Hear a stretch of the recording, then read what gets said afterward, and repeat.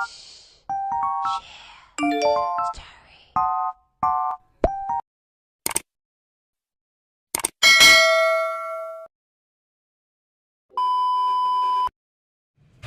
guys, good morning. It's Saturday and pupunta nga pala kami today guys sa Ormoc kasi magkakaroon ng team building. So, dediretso lang muna kami guys sa office kasi doon kami maghihintay. So, yan guys, nandito na ako sa office and yun na nga, waiting kami paalis papuntang Ormoc. So, mag-via land lang kami guys kasi nga walang travel yung Sikat. So, under maintenance kasi yung mga barko nila. So, obviously, mag-land transportation kami today. So, yan guys, kasama ko nga pala si Mika, si Kuya Chris, and dadaanin din namin si Ate Janet ngayon. So, before kami umalis guys, is nagpa-diesel lang muna din kami and then, yun, diretso na din kami kila ate. So, as what you have noticed guys, is one handy bag lang yung dala ko kasi nga, bukas, alis na din kami pabalik dito sa Calbayog. So, hindi naman kami dun magtatagal. So, yan guys, magpapadiesel lang muna kami and dyan lang muna kayo guys. So,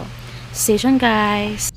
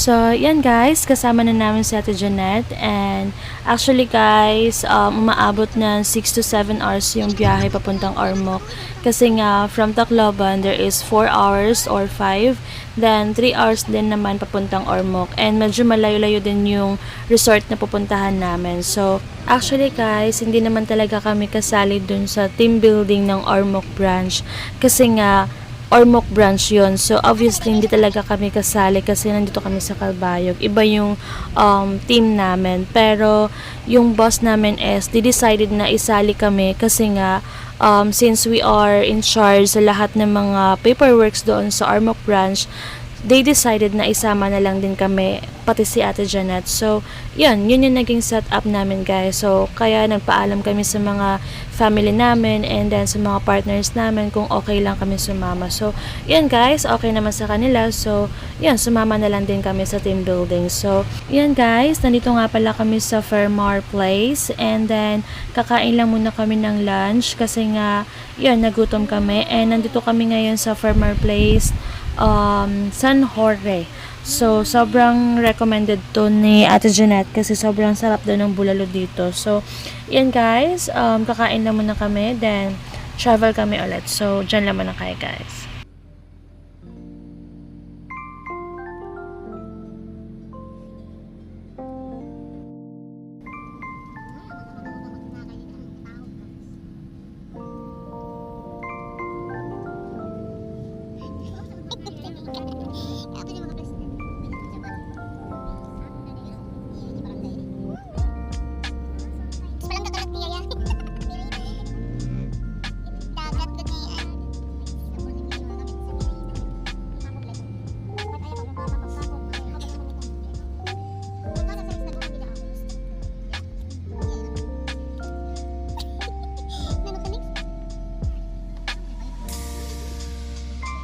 Oh, bayot ito.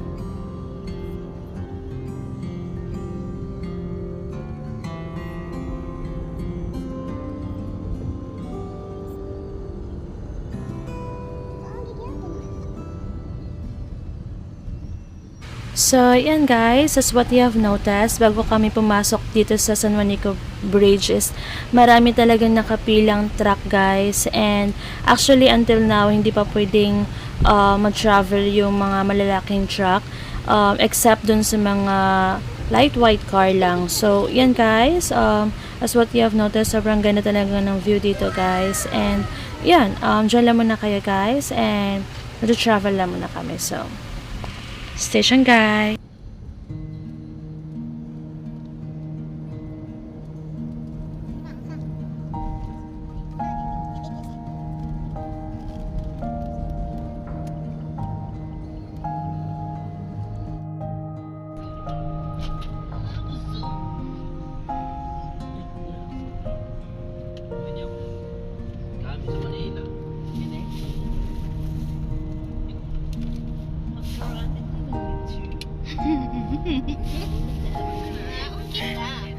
Lumiko sa wala.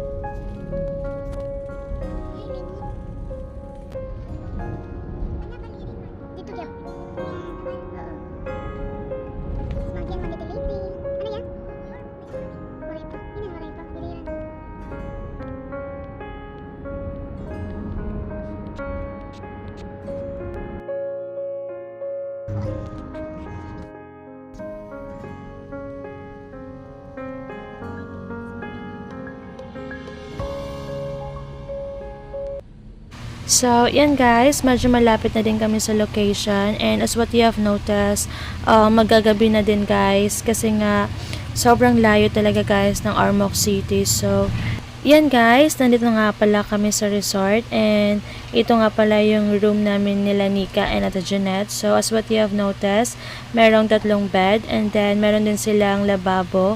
So sobrang ganda and sobrang linis ng kwarto nila. So and may TV din guys. So and meron din dito guys door na makikita nyo yung dagat. So ito nga pala yung view niya guys sa labas, and sobrang ganda kasi meron silang simbahan. So yan guys, since nakakagutom na din sa biyahe, ito nga pala yung pagkain namin, and sobrang daming food dito guys. So yan guys, kakain lang muna kami, and dyan lang muna kayo guys.